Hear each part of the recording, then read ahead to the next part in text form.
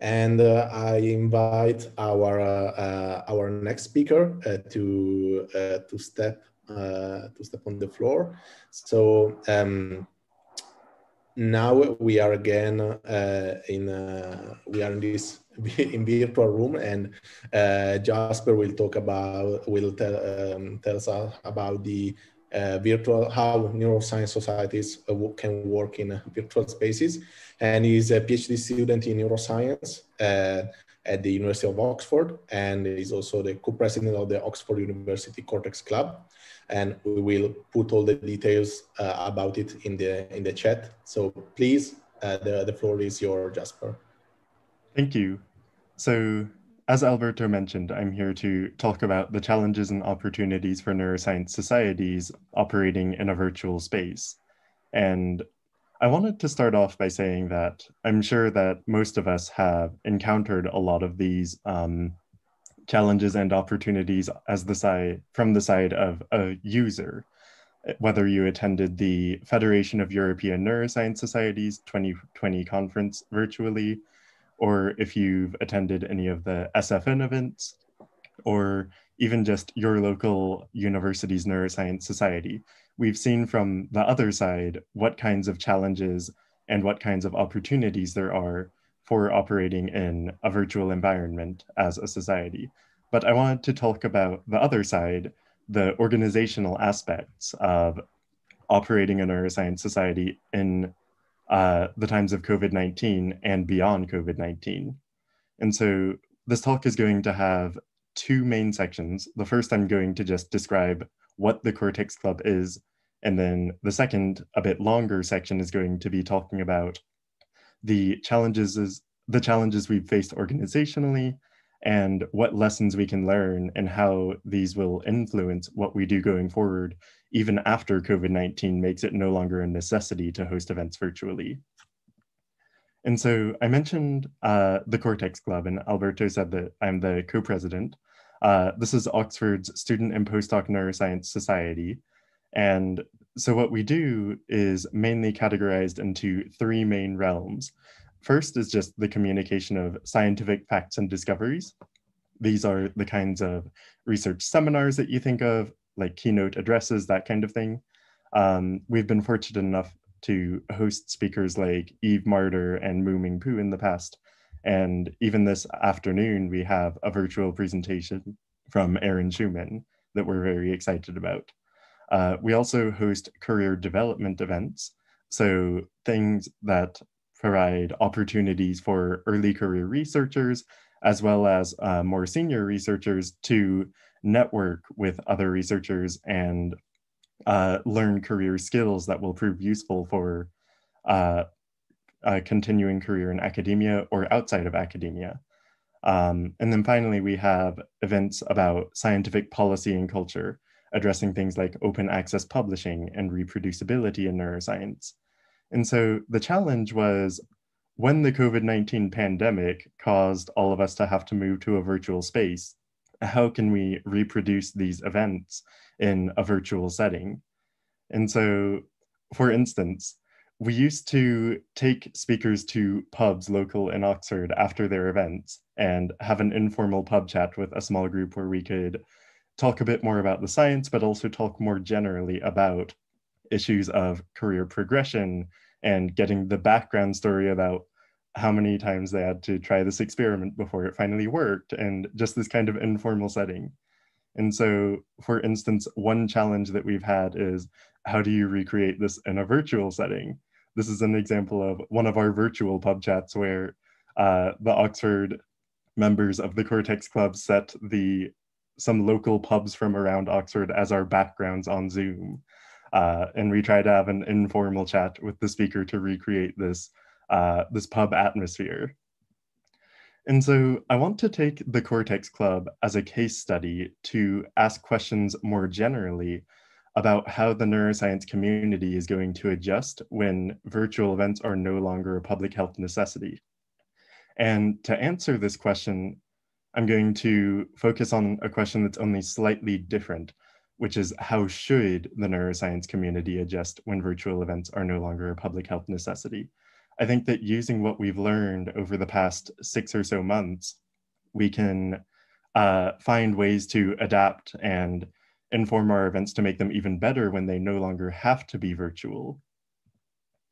And so first I'm going to talk about some of the benefits we've had from switching to a virtual format.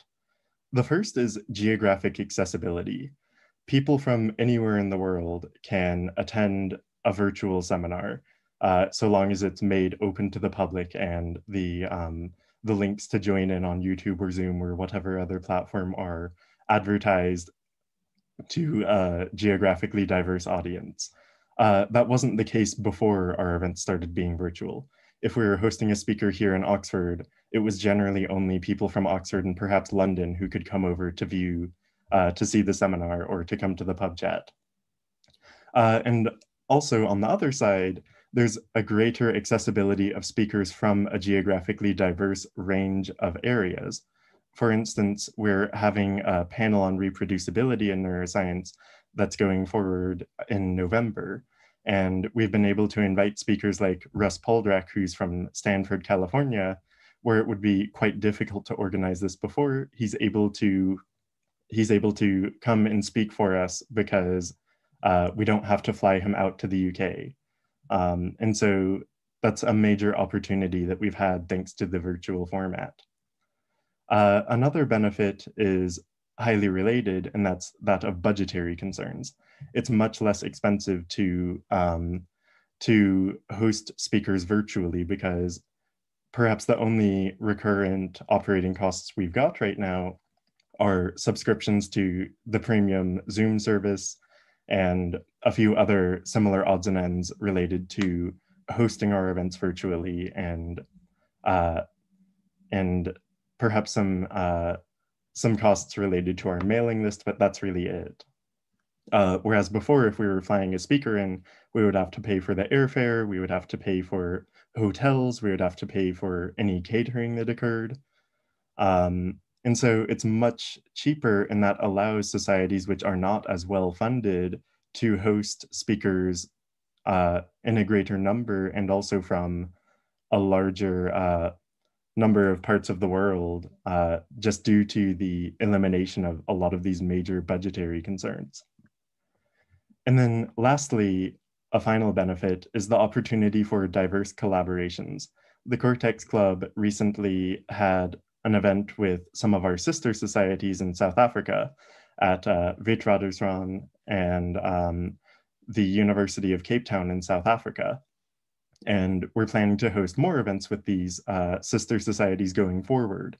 We had a mini symposium on cortical development, and going forward, we're hoping to hold more events of a similar nature.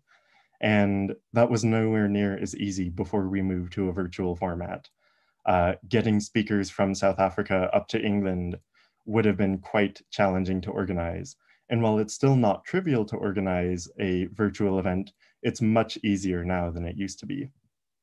And so now I'm going to talk about some of the drawbacks. And I've put a question mark on this drawbacks to a virtual format question mark, because I'm not sure that these drawbacks are inherent to the virtual format, but there's certainly drawbacks that we have encountered. The first is domestic inequity. And what I mean by that is that when the events are being held virtually, most people attend from their own home. And that leads to some inequities based on things like domestic caring responsibilities. Regarding the panel that we said we were hosting with a speaker from California, we had invited another speaker, and we decided to hold the panel at 5 p.m. UK time so that our speaker from California wouldn't have to wake up before 8 a.m. to give this seminar at 7 in the morning or some other terribly early time for his local California time zone. But unfortunately, because we're holding the event after 5 p.m. in the UK, one of our speakers had to decline because this person has care responsibilities in the home that require that they be unavailable after 5. And then there have been some wonderful articles published in the magazine sections of journals about the difficulties of working on a Zoom call with kids screaming in the background. And so a virtual format does highlight some of the domestic inequities when people don't have the same access when we're expanding sort of the time range of our events to accommodate this geographic diversity. The next is merely that socializing can be awkward. A virtual pub is never going to be the same situation as a real pub. And that is a drawback to a virtual format because it does in some ways stifle the kinds of networking and communication that you can do with speakers at these events.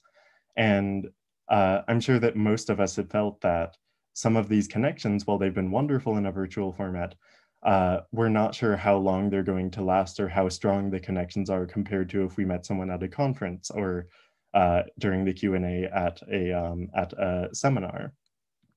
And lastly is health and wellness. We've had some attendees express regret about some of our virtual events because staring at a computer screen for a long time can cause migraines for some people.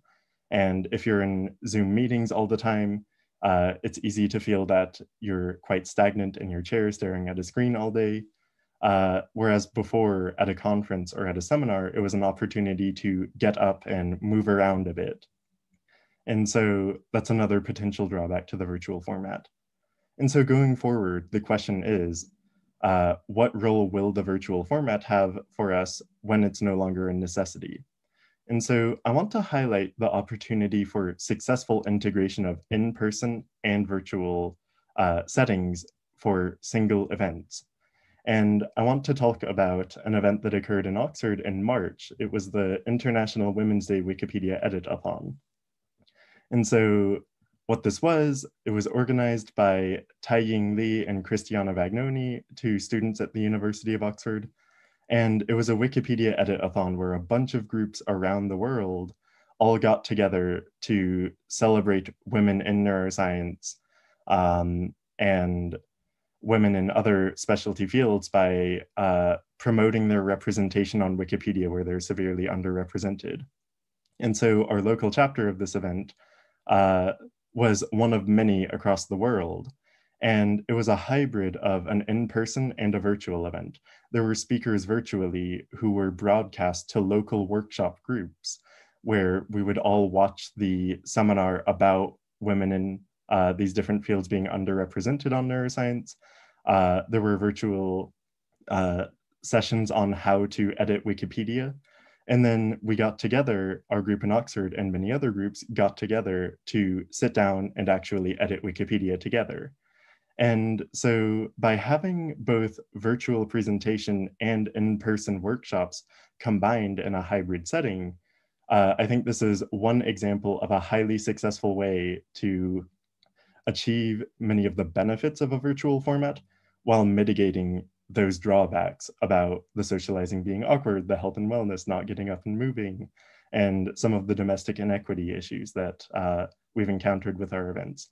And so what I would advocate for going forward is that all of us strive with our local neuroscience societies to create more hybrid events where we can achieve the geographic accessibility, the budgetary benefits, and the diverse collaborations that virtual events offer, while having it be a hybrid event to mitigate the limitations of the virtual format.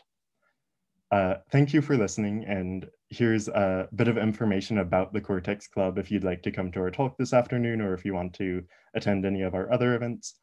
Our mailing list is open to anyone from anywhere, and you can sign up at cortexclub.com, and you can follow us on social media. Thanks. Thank you. Thank you very much, Jasper, for the wonderful talk and for the analysis of the situation of virtual or in-person meetings and the advocating for this hybrid format that could merge the benefits of both formats. And I am sure that we all can relate to your words and to what you said about the benefits and and the drawbacks, possible drawbacks of both formats, both online or in person, in-person meetings. And so any further question from the audience or any comments? Otherwise, I really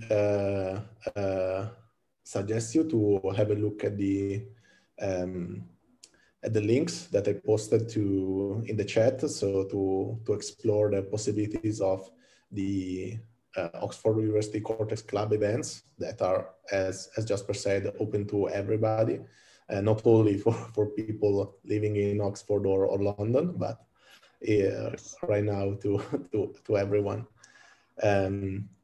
Also, okay. The name is a bit of a misnomer. We're not just cortex. We have some events about the thalamus, about the basal ganglia, about tons of brain regions, not just cortex. Okay, yeah, better to clarify that. Yes. Otherwise, non-cortex people can just say, okay, that's not my club. Exactly. Okay. Thank you again, Jasper. And so I've seen that Daniel reached us. So.